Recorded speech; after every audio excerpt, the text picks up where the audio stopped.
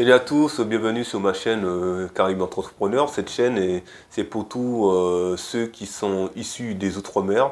Donc quand on parle des Outre-mer, on parle de la Martinique, la Guadeloupe, la Guyane et la Réunion, Mayotte aussi. Mais aussi tous ceux qui désirent aussi apprendre des choses, tous ceux qui désirent progresser dans le business, tous ceux qui sont aussi, qui désirent connaître la culture antillaise et comment entreprendre dans nos îles. Alors si c'est la première fois que tu me découvres, je t'invite à t'abonner sur ma chaîne. Voilà, donc je t'apporterai des témoignages, il y aura des sujets intéressants sur l'actualité, sur comment aussi entreprendre des business chez nous, mais aussi à l'étranger, puisque moi je suis antillais et j'habite la France. Donc voilà, donc tout cela sur ma chaîne. Donc si tu es intéressé, abonne-toi dès maintenant. Donc durant cette période de confinement, nous allons parler d'un sujet qui me tient à cœur. Pourquoi nous les Antillais, on a du mal à réussir? Pourquoi on a du mal vraiment à créer des business pérennes? Pourquoi on n'arrive pas à construire des choses qui puissent impacter davantage nos îles et impacter davantage l'endroit où l'on se trouve? Donc on va essayer de réfléchir aujourd'hui sur ce point, puis voilà, je vous donnerai mon avis sur ce sujet. Donc la première des choses, c'est que vous savez, donc on a un passé colonial, comme je l'avais raconté dans une précédente vidéo. Donc nous les Antillais, en fait, nos parents, c'est pas tous les Antillais où leurs parents étaient des entrepreneurs. Bon, il y a des gens dans ma famille, donc ce sont des entrepreneurs, mais ils sont dans le bâtiment. Mais si vous voulez, quand on regarde dans la population antillaise, le business, l'entrepreneuriat, c'était soit les béquets qui se sont lancés dans le commerce, en fait, donc par l'achat de franchise, ils se sont lancés dans la banane, dans la canne à sucre, tout ça. Donc ce sont des gens qui ont une mentalité entrepreneuriale, voilà. Et nous, les Antillais, chez nous, c'était soit on travaillait pour le béquet, donc soit pour un groupe, voilà, ou soit on passait des concours. En tout cas, c'était très ce qui était répandu chez nous aux Antilles.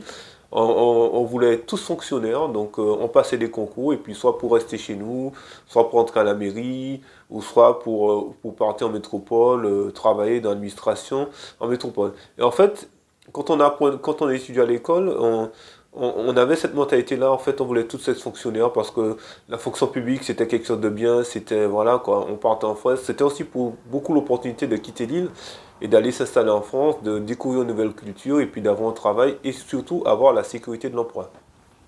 Mais je pense qu'aujourd'hui, cela est un peu révolu parce que il y a même des fonctionnaires aujourd'hui qui arrêtent et qui créent leur entreprise. Donc moi je connais des gens qui étaient profs, qui ont décidé d'arrêter et qui ont décidé de créer leur entreprise. Voilà.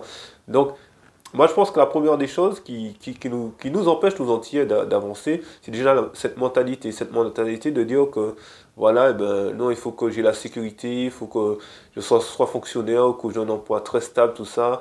Et, euh, et voilà, quoi, parce que ça a été, en tout cas, moi, quand j'étais petit, c'est ce qu'on me disait. Je pense que pour toi aussi, c'est peut-être pareil. Si c'est pas le cas, ben, c'est cool, quoi.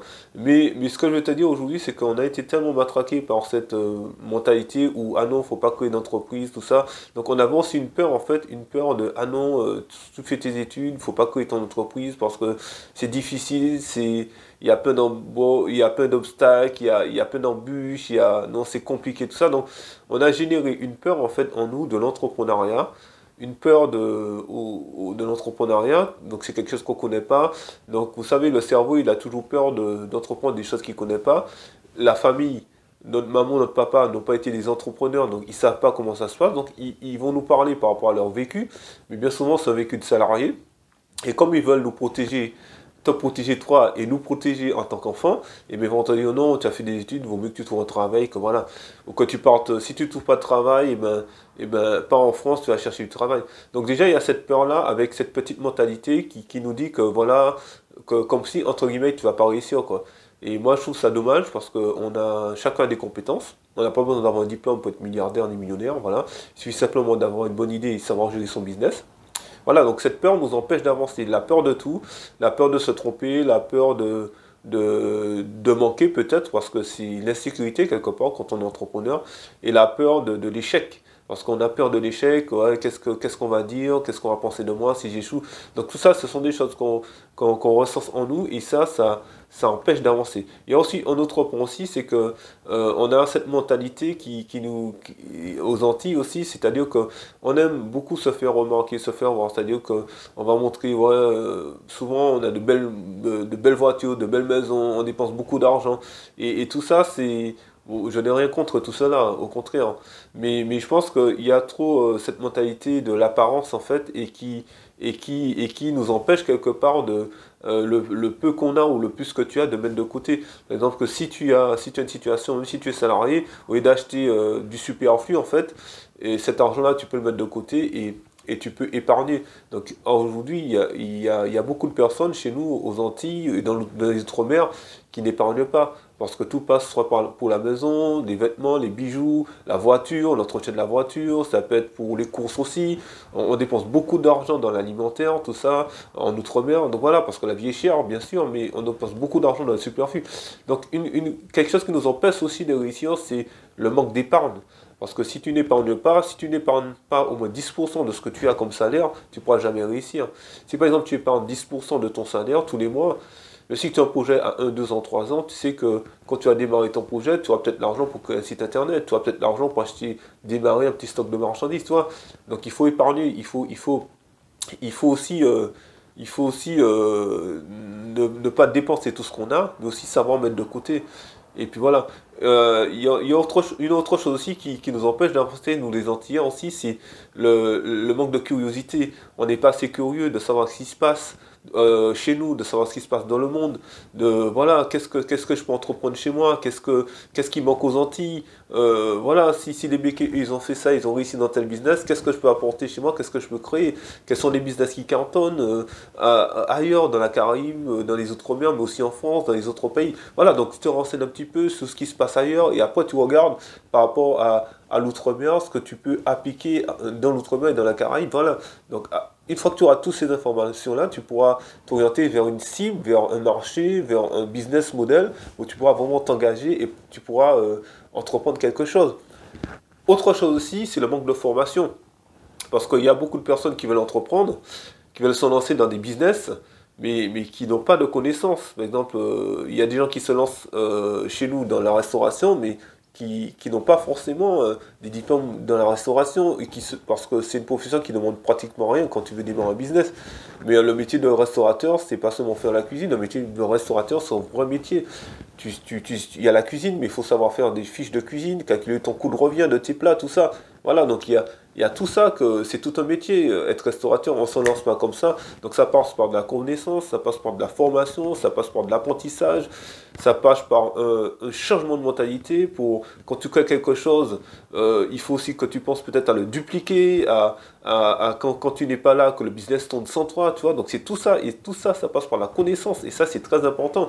Parce que quand on crée une entreprise, on ne crée pas une entreprise pour être esclave de son entreprise, on crée une entreprise pour pouvoir justement que cette entreprise nous permet de gagner de l'argent, bien sûr, c'est le but de l'entreprise, d'embaucher des gens, et au travers de ça, que cette entreprise-là aussi te permette quand tu vas déléguer, te permettre de gagner du temps, d'avoir beaucoup plus de temps. C'est-à-dire que même quand tu n'es pas là, ton business doit tourner.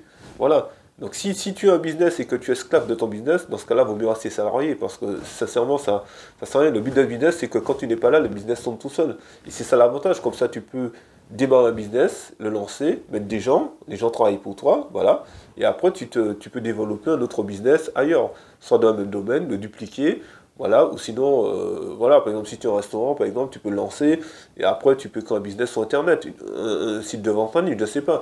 Voilà, il y a plein d'astuces, il y a plein de choses, voilà, et aussi, voilà, donc c'est la manque de confiance en soi aussi, parce que, donc ça rejoint un petit peu la peur, mais la manque de confiance en soi, parce qu'on n'a pas de mentor, on n'a pas de personne qui nous accompagne dans notre projet, on n'a pas de référent, on connaît personne qui puisse vraiment nous encourager, nous coacher, nous aider, quoi, tu vois. Donc il y a des structures qui sont en place, mais malheureusement, la plupart des structures qui sont mises en place, ce sont des gens qui sont salariés. Moi, j'ai été accompagné, je ne vais pas citer de nom, par une structure, mais un jour, je me suis dit, mais le gars qui est en face de moi, il n'a jamais créé d'entreprise, quoi. C'est un salarié, le gars. il est très théorique sur tout ce qu'il me dit, mais pratique, il connaît rien.